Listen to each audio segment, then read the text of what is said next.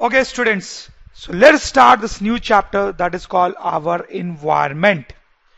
Environment का क्या मतलब होता है हम अच्छे से जानते हैं. हम ऐसा सोच सकते हैं environment का मतलब है सराउंडिंग्स, हमारे आसपास की चीजें.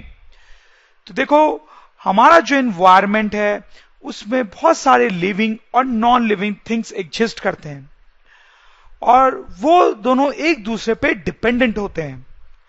तो किस तरह से वो आपस में डिपेंडेंट होते हैं वो हम इस चैप्टर में पढ़ने वाले हैं. लिविंग बींग्स जो होते हैं उसको हम तीन कैटेगरीज में डिवाइड कर सकते हैं: प्रोड्यूसर्स, कंज्यूमर्स एंड डीकॉम्पोजर्स. तो ये तीनों कैटेगरीज क्या होती है हम देखेंगे. सबसे पहले हम कंसंट्रेट करेंगे प्रोड्यूसर्स पे कि प्रोड्यूसर्स क्या होते हैं. तो आप देखिए प्रोड्यूसर्स की डेफिनेशन है organisms, living organisms which produce their own food. तो वैसे ऑर्गेनिज्म्स जो अपना फूड खुद बनाते हैं उनको हम बोलते हैं प्रोड्यूसर्स. नाम भी कुछ वैसा ही सजेस्ट कर रहा है. प्रोड्यूसर्स के एग्जांपल्स होते हैं प्लांट्स. ये तो हमें पता ही है कि प्लांट्स अपना फूड कैसे बनाते हैं. सन से वो एनर्जी एब्जॉर्ब करते हैं, और फोटोसिंथेसिस की मदद से अपना खुद फूड बनाते हैं. इसलिए प्लांट्स को हम बोलते हैं प्रोड्यूसर्स. ठीक है. दूसरा एग्जांपल जो है प्रोड्यूसर का है वो है ब्लू ग्रीन एल्गी. ये ब्लू ग्रीन एल्गी क्या होती है शायद आपको नहीं पता हो. तो आपने जैसे देखा होगा पॉन्ड्स वगैरह पे ऐसे ब्लू लेयर जम जाती है, ग्रीन लेयर जम जाती है पॉन्ड्स पे. तो ये जो ग्रीन लेयर होती है इसको हम बोलते हैं एल्गी. ये भी अपना फूड खुद से बनाती है फोटोसिंथेसिस के हेल्प से, जैसे प्लांट्स बनाते हैं.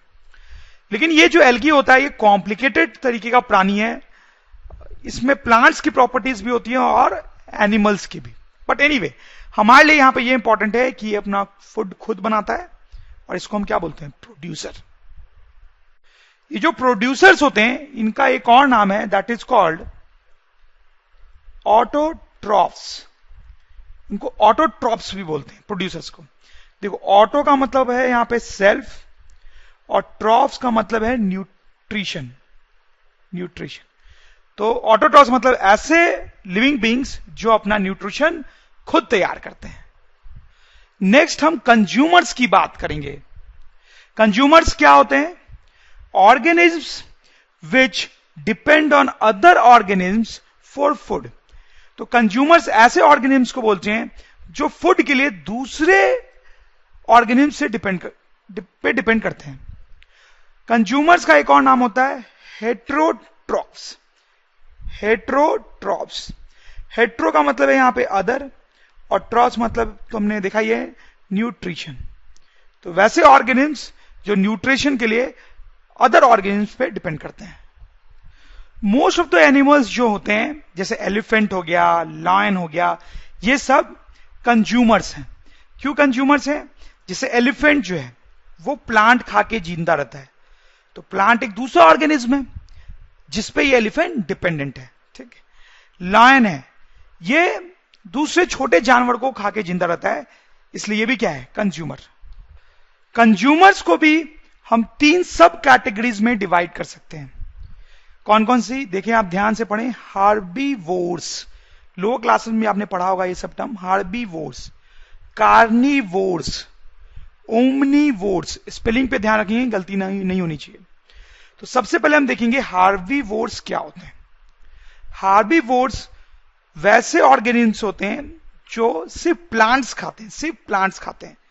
कंज्यूमर्स जो होते हैं वो दूसरे ऑर्गेनिज्म्स को खाते हैं, यानी प्लांट्स को भी खा सकते हैं और एनिमल्स को भी. उन सबको हम क्या बोलते हैं कंज्यूमर्स.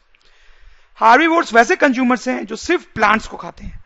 उनके एग्जांपल डियर हो गया, ठीक है, ये सिर्फ प्लांट खाता है. एलिफेंट, काऊ, रैबिट, ठीक है, ये सब एग्जांपल्स हैं. कार्निवोर्स क्या है?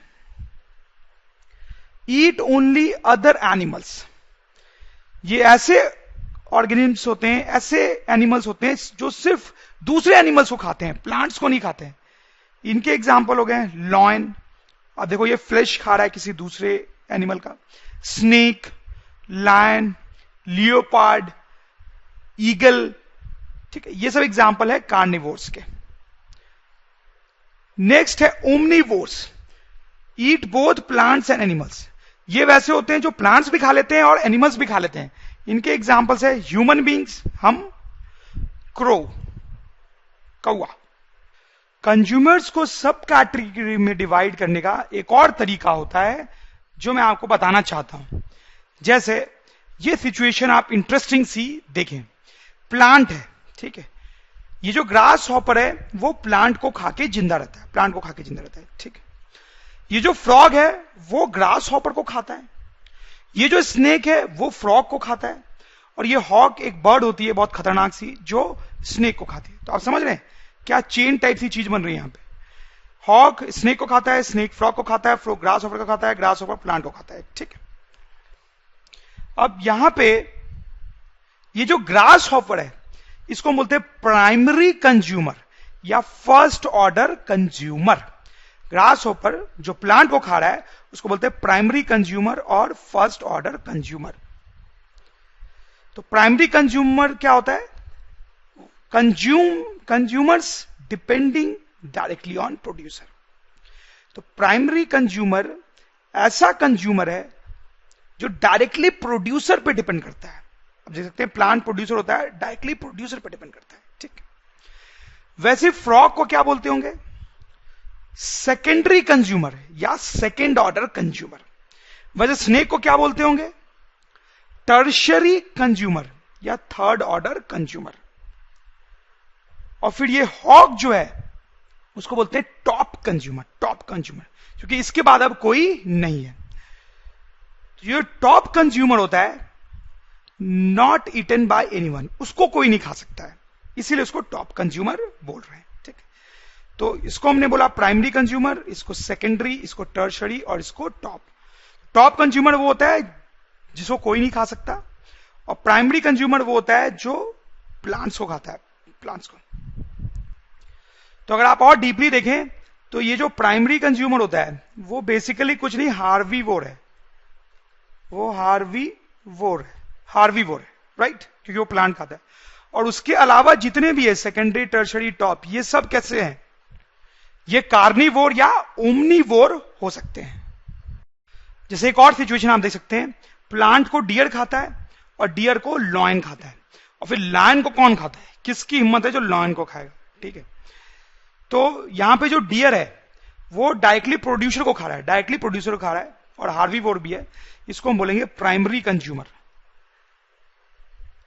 प्राइमरी कंज्यूमर या फिर फर्स्ट ऑर्डर कंज्यूमर, ठीक है। और ये जो लायन है उसको क्या बोलेंगे हम, उसको हम सीधे का सीधे टॉप कंज्यूमर बोल देंगे यहां पे, ठीक है, टॉप कंज्यूमर। यहां पे वो टर्सरी और सेकेंडरी कंज्यूमर नहीं है इस केस में। क्या टॉप कंज्यूमर्स के कुछ और एग्जांपल्स आप बता सकते हैं मुझे, जैसे लाइन हो गया, और एग्जांपल्स होंगे बताएं, टाइगर, लियोपार्ड, ठीक है। ये सब जो बड़े जानवर होते हैं इनको कोई दूसरा जानवर नहीं खा सकता, तो ये हमेशा टॉप कंज्यूमर ही होते हैं। अब बारी है डिकम्पोजर्स की कि ये क्या होते हैं। तो उनकी डेफिनेशन है organisms who feed on dead plants and animals. ये ऐसे ऑर्गेनिज्म्स होते हैं जो मरे हुए प्लांट प्रोडक्ट्स और एनिमल्स को खा के सर्वाइव करते हैं। इनके एग्जाम्पल्स हैं बैक्टीरिया, फंगस, वॉर्म। इन सब के बारे में हमने पहले थोड़ा थोड़ा सा पढ़ा है। ये सब क्या है, ये सब माइक्रो ऑर्गेनिम्स है। ये बहुत ही छोटे छोटे ऑर्गेनिम्स होते हैं जो नेकेड आई से जनरली दिखाई नहीं देते हैं। ये जो ऑर्गेनिम्स होते हैं वो डेड प्लांट्स और एनिमल्स पे सर्वाइव करते हैं। जैसे मैं आपको एग्जांपल दूं, ये देखें आप, रॉटन प्लांट प्रोडक्ट्स हैं ये, ठीक है। तो ये सड़ जाते हैं। तो ये कैसे सड़ जाते हैं, इनमें बैक्टीरिया, फंगस, वॉर्म ये लग जाते हैं और धीरे धीरे ये इनको खा जाते हैं। काफी टाइम लगता है खाने में, बट खा जाते हैं, ठीक है। कोई एनिमल मर गया तो आपने देखा होगा कि उसकी लाश जो होती है वो धीरे धीरे सड़ जाती है और पूरी तरह से खत्म हो जाती है। कैसे, तो उसमें यही माइक्रो ऑर्गेनिम्स जो होते हैं वो लग जाते हैं और वो उसको खा के खत्म कर देते हैं। तो इन माइक्रो ऑर्गेनिम्स को हम बोलते हैं डिकम्पोजर्स। डीकम्पोजर्स। इनका एक और नाम भी है सेप्रोट्रोफ्स, सेप्रोट्रॉप्स और सेप्रोफाइट्स। सेप्रो वर्ड का एक्चुअली मतलब है रॉटन, तो आप समझ गए होंगे कि ये नाम क्यों रखा गया है, रॉटन। अब ये जो डिकम्पोजर्स हैं आपको थोड़े बोरिंग टाइप के लग रहे होंगे, बट ये इन्वायरमेंट के लिए बड़े इंपॉर्टेंट होते हैं। क्या इंपॉर्टेंट काम करते हैं ये, जरा हम देखें। पहला है clean up environment by decomposing dead organism. ठीक है, clean up environment by decomposing dead organism. देखिए जैसे आप सोचें कि एक चूहा मर गया, ठीक है, तो उसकी जो डेड बॉडी होती है, डिकम्पोजर्स उसको सड़ा सड़ा के खत्म कर देते हैं। ठीक है, आपने देखा होगा कभी चूहे या बिल्ली जब मर जाते हैं तो धीरे धीरे उनकी डेड बॉडी का साइज कम होता जाता है और फाइनली वो खत्म हो जाते हैं, तो वो डिकम्पोजर्स के कारण हो रहा होता है। अगर डिकम्पोजर्स नहीं होते हैं तो वो डेड बॉडी हमेशा वैसी की वैसी ही रहेगी। तो आप समझ रहे डिकम्पोजर्स क्या कर रहे हैं, क्लीन अप इन्वायरमेंट, इन्वायरमेंट को क्लीन अप कर रहे हैं हमारे by decomposing dead organisms, dead organisms को डिकम्पोज करके उनको खत्म करके इन्वायरमेंट को क्लीन करते हैं। ओके, नेक्स्ट जो वो काम करते हैं उसको आप थोड़ा ध्यान से देखेंगे। They break complex compounds in dead organisms into nutrition. They break complex compounds in dead organisms into nutrition. जैसे आप देखें ये मरा हुआ जानवर है, तो डिकम्पोजर्स इस पे एक्ट करके इसको धीरे धीरे खत्म करते हैं, तो इसके बॉडी में जो है वो बहुत कॉम्प्लेक्स कंपाउंड्स होंगे। ठीक है, कॉम्प्लेक्स कंपाउंड्स होंगे, तो डिकम्पोजर्स उन कॉम्प्लेक्स कंपाउंड को तोड़ के न्यूट्रिशन बनाते हैं, न्यूट्रिशन।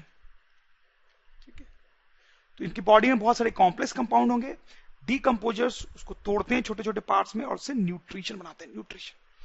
और ये जो न्यूट्रिशन होता है क्या होगा उसका, वो यहाँ की मिट्टी में मिल जाएगा, यहाँ की मिट्टी में मिल जाएगा। ठीक है, जिससे वो मिट्टी और अच्छी हो जाएगी और फर्टाइल हो जाएगी। तो वही लिखा गया है यहाँ पे, they break complex compounds in dead organisms into nutritions. These nutritions mix with soil making soil more fertile. Let's see food chain क्या होता है। फूड चेन बड़ी इंटरेस्टिंग चीज है और टेक्निकली हम इसको ऑलरेडी देख चुके हैं। जैसे ये चीज हमने देखी थी कि प्लांट को ग्रास हॉपर खाता है, उसको फ्रॉग खाता है, उसको स्नेक खाता है, उसको हॉक खाता है। तो ये जो चीज हमने बनाई है इसको बोलते हैं फूड चेन, कि कौन किसको खाता है। जैसे एक और एग्जांपल हमने ऑलरेडी देखा है उसका, कि प्लांट को डियर खाता है, डियर को लॉयन खाता है। ठीक, तो this again a food chain. जैसे एक और नया एग्जांपल मैं आपको देता हूं, इंटरेस्टिंग एग्जांपल है, ये पॉन्ड्स में होता है, पॉन्ड्स में या रिवर्स में। तो मैंने आपको एल्गी के बारे में बताया था। ठीक है, तो एल्गी को किसी दूसरे इंसेक्ट ने खाया, पानी में रहने वाले किसी इंसेक्ट ने खा लिया, उस इंसेक्ट को किसी फिश ने खा लिया, और फिर उस फिश को किसी बर्ड ने खा लिया। आप देख सकते हैं बर्ड के चोंच में फिश है, तो ये भी क्या है, फूड चेन। तो आपको समझ में आ गया होगा फूड चेन क्या होती है। तो अब हम फूड चेन को कैसे डिफाइन कर सकते हैं, हम बोल सकते हैं food chain is a series of organisms,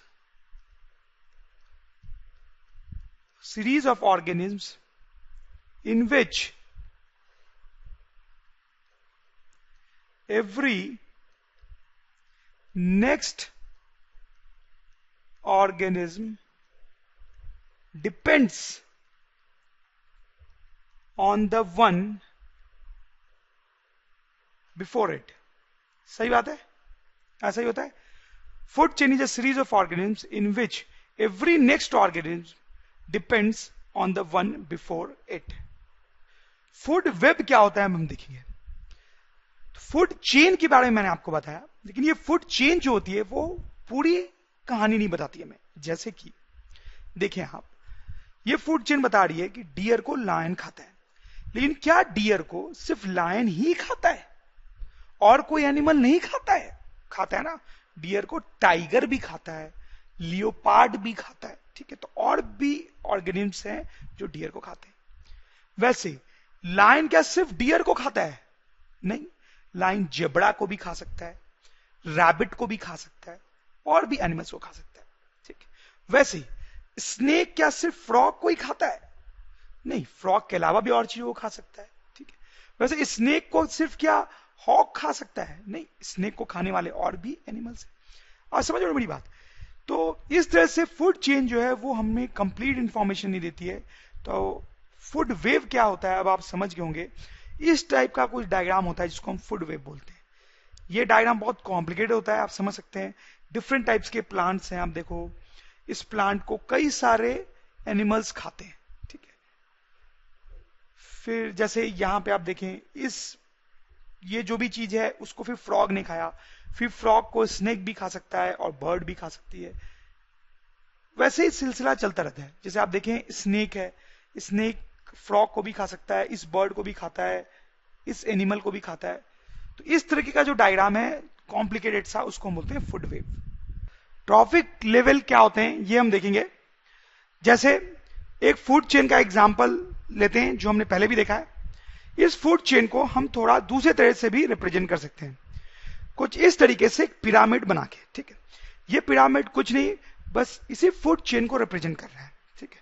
देखिए अब फूड चेन में जो सबसे पहले चीज थी इस फूड चेन में, वो था एल्गी, जो कि बेसिकली प्रोड्यूसर है, प्रोड्यूसर। तो देखिए हमारे पिरामिड में सबसे नीचे है प्रोड्यूसर, ठीक है। फिर उसको एक इंसेक्ट खाता है, तो इंसेक्ट हो सकता है हार्बीवोर हो, ठीक है, उस एल्गी को खा रहा है। तो यहां पे उस प्रोड्यूसर के ऊपर है हार्बीवोर, तो प्रोड्यूसर को कौन खा रहा है? हार्बीवोर। फिर इसके ऊपर है कार्निवोर, तो आप समझ गए ये कार्निवोर कौन है? ये फिश है यहाँ पे, ठीक है। तो इस हार्बीवोर को खा रहा है कार्निवोर। फिर टॉप पे है टॉप कार्निवोर, जो इस बर्ड को रिप्रेजेंट कर रहा है, ठीक है। तो कार्निवोर को खा रहा है टॉप कार्निवोर, मतलब फिश को खा रहा है बर्ड। तो जब हम फूड चेन को इस तरह ट्रायंगुलर फॉर्म में रिप्रेजेंट करते हैं तो हम ट्रॉफिक लेवल्स की बात करते हैं। जो सबसे नीचे है वो खाया जाएगा उसके ऊपर वाले द्वारा, ठीक है, और जो सबसे टॉप पे है उसको कोई नहीं खा सकता, ठीक। तो ये जो सबसे बॉटम लेवल हुआ हमारा, उसको हम बोलेंगे फर्स्ट ट्रॉफिक लेवल। फिर इसको हम बोलेंगे सेकंड ट्रॉफिक लेवल, इसको बोलेंगे थर्ड ट्रॉफिक लेवल, और इसको बोलेंगे फोर्थ ट्रॉफिक लेवल। यहां पे हमारे पिरामिड में 4 ट्रॉफिक लेवल्स थे, लेकिन कोई जरूरी नहीं है कि 4 ही ट्रॉफिक लेवल्स हों। आप समझ रहे होंगे ऐसा। अगर फूड चेन छोटी होगी तो क्या होगा स्टूडेंट्स? कम लेवल्स होंगे। अगर फूड चेन और लंबी है तो क्या होगा स्टूडेंट्स? और लेवल्स होंगे। जैसे आप देख सकते हैं कि ये एक छोटी फूड चेन है, ठीक है। इसमें आप बताएं कितने लेवल्स होंगे, शायद आप समझ रहे हो। इसको पिरामिड के फॉर्म में मैंने ऐसे बनाया है। सबसे पहले प्रोड्यूसर जो हमारा प्लांट है, फिर हार्बीवोर जो हमारा डियर है, फिर टॉप कार्निवोर जो कि हमारा लायन। तो यहां पे कितने लेवल्स है? Clearly 3। This is our first trophic level, this is our second trophic level and this is our third trophic level. Flow of energy, जैसे एक फूड चेन लेते हैं हम, छोटी सी एक फूड चेन ली हमने, इसमें एनर्जी का फ्लो होता है। कैसे होता है एनर्जी का फ्लो? बहुत सिंपल बात है। ये प्लांट्स हैं, ठीक है, इनमें कुछ एनर्जी स्टोर्ड होती है।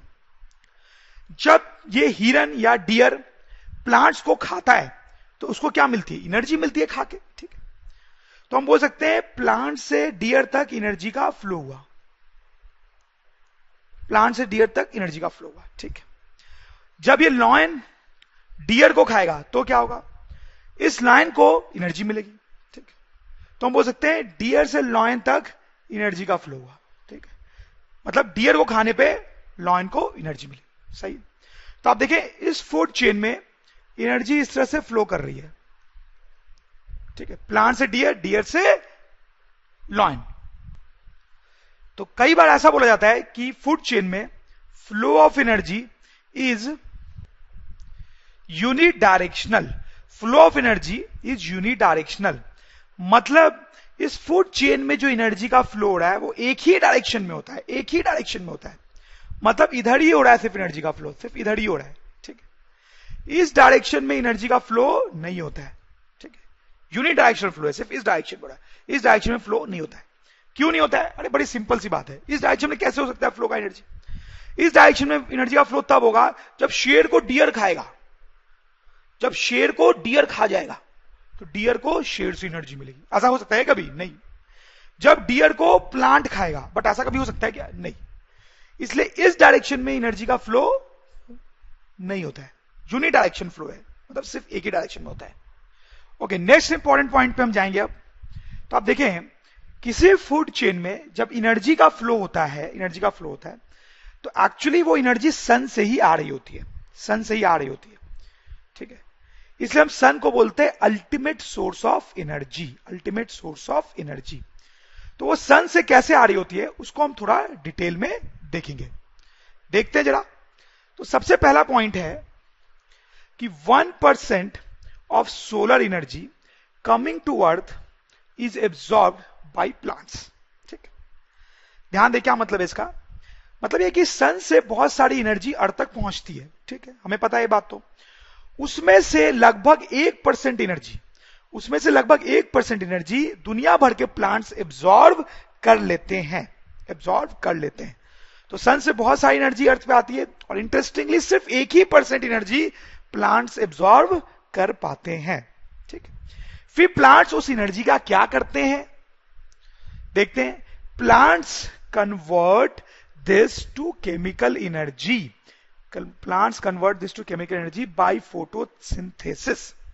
तो अब क्या होता है कि प्लांट्स के अंदर एक प्रोसेस चलता है जिसको हम बोलते हैं फोटोसिंथेसिस। इसके बारे में हमने पहले भी पढ़ा है लोअर क्लासेस में भी, ठीक है। तो प्लांट्स के अंदर फोटोसिंथेसिस नाम का प्रोसेस चलता है। उस प्रोसेस से वो क्या करते हैं, जो भी सोलर एनर्जी एब्सॉर्ब की जाती है उसको केमिकल एनर्जी में कन्वर्ट किया जाता है। ठीक है, तो सन से 1% एनर्जी एब्सॉर्ब होती है और उस एनर्जी को केमिकल एनर्जी में कन्वर्ट किया जाता है बाय प्रोसेस फोटोसिंथेसिस। फिर some of this energy is lost by plants to surroundings. ठीक, मतलब जो भी केमिकल एनर्जी फोटोसिंथेसिस से बनती है उसका कुछ हिस्सा, उसका कुछ पार्ट प्लांट सराउंडिंग में लूज कर देते हैं, ठीक। Rest is stored in body of plants. बाकी प्लांट्स अपने में स्टोर कर लेते हैं। तो पूरी कहानी में आपको रिपीट कर देता हूं। सन से 1% एनर्जी प्लांट्स एब्सॉर्ब करते हैं, ठीक है। फिर फोटोसिंथेसिस से प्लांट्स उस एनर्जी को केमिकल एनर्जी में कन्वर्ट करते हैं, ठीक है। फिर वो जो केमिकल एनर्जी वो बनाते हैं उसका कुछ हिस्सा सराउंडिंग को लूज हो जाता है, हमने देखा सराउंडिंग को लूज हो जाता है, ठीक।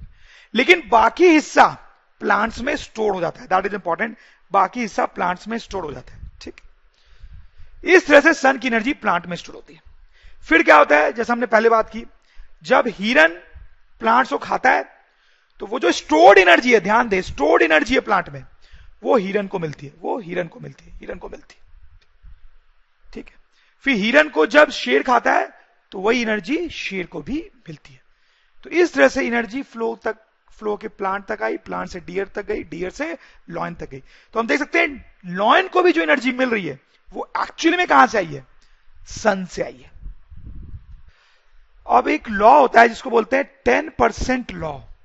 10% लॉ क्या होता है? ये 10% लॉ इस फूड चेन के हेल्प से हम जरा समझते हैं, ठीक है। तो ये फूड चेन हमने पहले देखी है।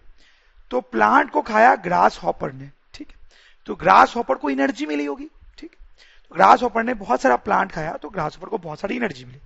सपोज करें ग्रास हॉपर को जो एनर्जी मिली वो है 10,000 जूल, ठीक है, ऐसे कोई नंबर ले लिया हमने। ग्रास हॉपर को इतनी एनर्जी मिली 10,000 जूल की प्लांट्स खा के। अब ग्रास हॉपर जो है वो इस एनर्जी का क्या करेगा उस एनर्जी का? तो उसमें क्या होता है, देखें, ऑन एन एवरेज जो 90% एनर्जी होती है, ऑन एन एवरेज जो 90% एनर्जी होती है, मतलब 10,000 इसको मिली, उसमें से 90% जो एनर्जी होती है वो लॉस्ट हो जाती है या यूज हो जाती है, लॉस्ट या यूज हो जाती है। कैसे? मतलब ये ग्रास हॉपर चलेगा, उड़ेगा, लाइफ की डिफरेंट एक्टिविटीज करेगा, तो उन सारी एक्टिविटीज के लिए एनर्जी चाहिए होती है। तो 90% एनर्जी जो होती है उन एक्टिविटीज में यूज हो जाती है या चली जाती है, ठीक। तो बाकी बची 10%, यानी 10% कितना होगा इसका? That will be 1000 joule. तो ये बाकी का जो 10% होता है वो इसके बॉडी में स्टोर हो जाता है, स्टोर्ड इन बॉडी, ठीक। तो आप समझिए क्या हुआ, ग्रास हॉपर को 10,000 की एनर्जी मिली प्लांट्स खा के, उसमें से 90% मतलब ज्यादा कर तो यूज हो गई डे टू डे लाइफ की एक्टिविटीज करने में, मतलब चलने में, उड़ने में, बाकी और काम करने में। बाकी 10% जो थी सिर्फ यानी 1000 वो उसके बॉडी में स्टोर हो जाए। ठीक है, अब आते हैं फ्रॉग पे। ग्रास हॉपर को खाएगा फ्रॉग, तो एक ग्रास हॉपर को जब फ्रॉग खाता है तो फ्रॉग को एनर्जी मिलती है। एक ग्रास हॉपर को खा के कितनी एनर्जी मिलेगी उसको आप सोचो, इतनी, ये वाली, क्योंकि ये जो एनर्जी है वो ग्रास हॉपर के बॉडी में स्टोर हुई थी। ठीक, तो वो स्टोर्ड एनर्जी अब फ्रॉग को मिल जाएगी, यानी फ्रॉग को कितनी एनर्जी मिली, 1000 जूल। ठीक, अब उस एनर्जी का क्या होगा फ्रॉग के बॉडी में, फिर से वही कहानी होगी, लगभग 90% जो एनर्जी है वो यूज हो जाएगी। कैसे यूज हो जाएगी, फ्रॉग चलेगा, कूदेगा, लाइफ की डिफरेंट डिफरेंट एक्टिविटीज करेगा, तो उसमें ज्यादातर एनर्जी यूज हो जाती है। बाकी जो 10% है वो क्या होगी, stored in the body, stored in body, वो फ्रॉग के बॉडी में स्टोर हो जाएगी। 10% मतलब कितना, 1000 का 10%, दैट इज 100 जूल ओनली। ठीक, ठीक, तो फ्रॉग के बॉडी में 100 जूल की एनर्जी स्टोर हुई। ठीक, अब ये स्नेक उसको खाएगा। ठीक, तो जब स्नेक उसको खाएगा तो फ्रॉग के बॉडी में जो स्टोर्ड एनर्जी है, स्टोर्ड एनर्जी वो स्नेक को मिलेगी। ठीक, तो स्नेक को कितनी एनर्जी मिली, सिर्फ 100 जूल। फिर उसमें से 90% आप समझ सकते हो कि यूज हो जाएगी स्नेक के डे टू डे एक्टिविटी में, और 10% यानी कि 10 जूल वो उसके बॉडी में स्टोर हो जाएगी। ठीक, स्टोर हो जाएगी। अब स्नेक को जब ये बर्ड खाएगी तो क्या होगा, इसके बॉडी में जो स्टोर्ड एनर्जी थी 10 जूल की वो इसको मिलेगी। ठीक है, इस तरीके से। अब इसको तो कोई खाता है नहीं, सो आप देख सकते हैं क्या हुआ कि अगर ग्रास हॉपर को इतनी एनर्जी मिली थी प्लांट्स खाने पे, ठीक, तो फिर एक ग्रास हॉपर को खाने पे फ्रॉग को उसकी 10% ही एनर्जी मिली, फिर एक फ्रॉग को खाने पे स्नेक को फर्दर 10% ही एनर्जी मिली, फिर स्नेक को जब हॉक खाता है तो फर्दर सिर्फ 10% एनर्जी ही मिलती है। तो जैसे जैसे हम फूड चेन में आगे बढ़ते हैं, आगे सिर्फ कितनी परसेंट एनर्जी जा रही होती है, 10%, आगे सिर्फ 10% एनर्जी गई, आगे सिर्फ 10% एनर्जी गई, आगे सिर्फ 10% एनर्जी गई। तो इसी को बोलते हैं 10% लॉ। अब मेरे एक सवाल का जवाब दें आप, ये हॉक जो है, हॉक वो ज्यादा स्नेक्स खाएगा या फिर ये जो फ्रॉग है वो ज्यादा ग्रास हॉपर्स खाएगा? अब बात को समझे, ये हॉक है वो सपोज करो एक दिन में कुछ स्नेक्स खाता होगा, 2 स्नेक, 4 स्नेक, 5 स्नेक। वैसे ये फ्रॉग है एक दिन में कुछ नंबर ऑफ ग्रास हॉपर्स खाता होगा। तो फ्रॉग ज्यादा ग्रास हॉपर्स खाएगा एक दिन में या ये हॉक ज्यादा स्नेक्स खाएगा एक दिन में? सोच के देखें। देखिए आप, बताता हूं आपको, आप शायद समझ गए होंगे। एक स्नेक खाने पे हॉक को सिर्फ 10 जूल एनर्जी मिलती है। एक स्नेक खाने पे हॉक को सिर्फ 10 जूल ऑफ एनर्जी मिलती है, लेकिन एक ग्रास हॉपर खाने पे, एक ग्रास हॉपर खाने पे फ्रॉग को 1000 जूल ऑफ एनर्जी मिल जाती है। तो एक एक ग्रास हॉपर खाने पे इसको बहुत सारी एनर्जी मिल गई भाई, और लेकिन एक स्नेक खाने पे इसको सिर्फ 10 जूल की एनर्जी मिली। इसका क्या मतलब है, हॉक को बहुत सारे स्नेक्स खाने पड़ेंगे, बहुत सारे स्नेक्स खाने पड़ेंगे, तब उसको ठीक ठाक अमाउंट की एनर्जी मिलेगी। लेकिन फ्रॉग थोड़े से ही ग्रास हॉपर खा लेगा तो उसको अच्छी खासी एनर्जी मिल जाएगी। तो क्या होता है, जैसे जैसे हम फूड चेन में इधर जाते हैं, जैसे जैसे हम फूड चेन में इधर जाते हैं, डाइट बढ़ती है, डाइट बढ़ती है, डाइट बढ़ती है। ठीक, देखो आप, हॉक की डाइट बहुत ज्यादा है, बहुत स्नेक्स खाने पड़ेंगे उसको, लेकिन फ्रॉग की डाइट उतनी ज्यादा नहीं है। अगर हम स्नेक की डाइट की बात करें तो क्या होगा, स्नेक की डाइट, इधर डाइट बढ़ती है, मतलब फ्रॉग से ज्यादा डाइट होगी उसकी, लेकिन हॉक से कम। एक और इंपॉर्टेंट पॉइंट हम यहां पे नोटिस कर सकते हैं। आप मुझे बताइए कि दुनिया में हॉक ज्यादा होने चाहिए या स्नेक ज्यादा होना चाहिए? दुनिया में हॉक के ज्यादा नंबर होने चाहिए या स्नेक के ज्यादा नंबर होने चाहिए? टाइम बीइंग आप मान लीजिए कि हॉक बहुत ज्यादा है दुनिया में, ठीक है, हॉक बहुत ज्यादा है, बहुत सारे हॉक्स है दुनिया में, लेकिन स्नेक्स उतने ज्यादा नहीं है, कम ही है। ठीक है, तो क्या होगा, बहुत सारे हॉक्स हैं और वो सब स्नेक खाते हैं, लेकिन स्नेक तो बहुत कम है, तो क्या होगा, इनकी भूख ही नहीं मिटेगी, इनकी भूख मिटेगी नहीं, इतने कम स्नेक्स हैं और हॉक्स बहुत ज्यादा हैं, तो वो हॉक्स खाएंगे क्या? ठीक है, इसका मतलब ज्यादा हॉक्स हो और कम स्नेक हो, ऐसा पॉसिबल नहीं है। तो इसका उल्टा होता है, ऑब्वियसली आप समझ रहे होंगे कि स्नेक्स ज्यादा होते हैं और हॉक कम होते हैं, कम हॉक होते हैं, ठीक है, ताकि वो अच्छे से स्नेक्स को खा सके और तभी भी स्नेक्स बचे रहें, तभी भी स्नेक्स बचे रहें, ठीक है। फिर आप बताएं कि स्नेक्स ज्यादा होते होंगे दुनिया में या फ्रॉग्स ज्यादा होते होंगे दुनिया में? स्नेक्स ज्यादा होते होंगे या फ्रॉग्स ज्यादा होते होंगे? जो लॉजिक हमने यहां पे लगाया था वही लॉजिक हम यहां पे लगा सकते हैं और हम सोच सकते हैं कि फ्रॉग्स जो है वो बहुत ज्यादा होंगे स्नेक्स, ठीक है, ताकि स्नेक्स जो है वो आराम से फ्रॉग्स को खा सके और तभी भी कुछ फ्रॉग्स बच जाए। उसी तरह से ग्रास हॉपर्स की हम बात करेंगे तो वो और भी ज्यादा होने चाहिए नंबर में, और प्लांट्स की बात करेंगे तो और भी ज्यादा, ठीक है। तो हमारा सोच सकते हैं कि जैसे जैसे हम फूड चेन में आगे जाते हैं, फूड चेन में हम आगे जाते हैं, जैसे फूड चेन में आगे जाते हैं, नंबर ऑफ ऑर्गेनिज्म डिक्रीजेस। जो ऑर्गेनिज्म है आगे वो कम पाया जाता है, कम पाया जाता है, ठीक है। तो ग्रास हॉपर बहुत सारे होते होंगे दुनिया में, फ्रॉग उससे कम होंगे, स्नेक उससे भी कम और हॉक उससे भी कम। जैसे अगर हम इसको ग्राफिकली रिप्रेजेंट करना चाहें इस बात को तो हम ऐसे रिप्रेजेंट करेंगे, ठीक है, कि हॉक कम होंगे, एच फॉर हॉक, स्नेक्स उससे ज्यादा होंगे, फ्रॉग्स उससे भी ज्यादा होंगे, ग्रास हॉपर्स उससे भी ज्यादा होंगे, प्लांट्स उससे भी ज्यादा होंगे। तो हम ऐसा सोच सकते हैं कि जब हम ट्रॉफिक लेयर में ऊपर जाते हैं, ट्रॉफिक लेवल में ऊपर जाते हैं, तो number of organisms decreases, organisms के नंबर डिक्रीज हो जाते हैं।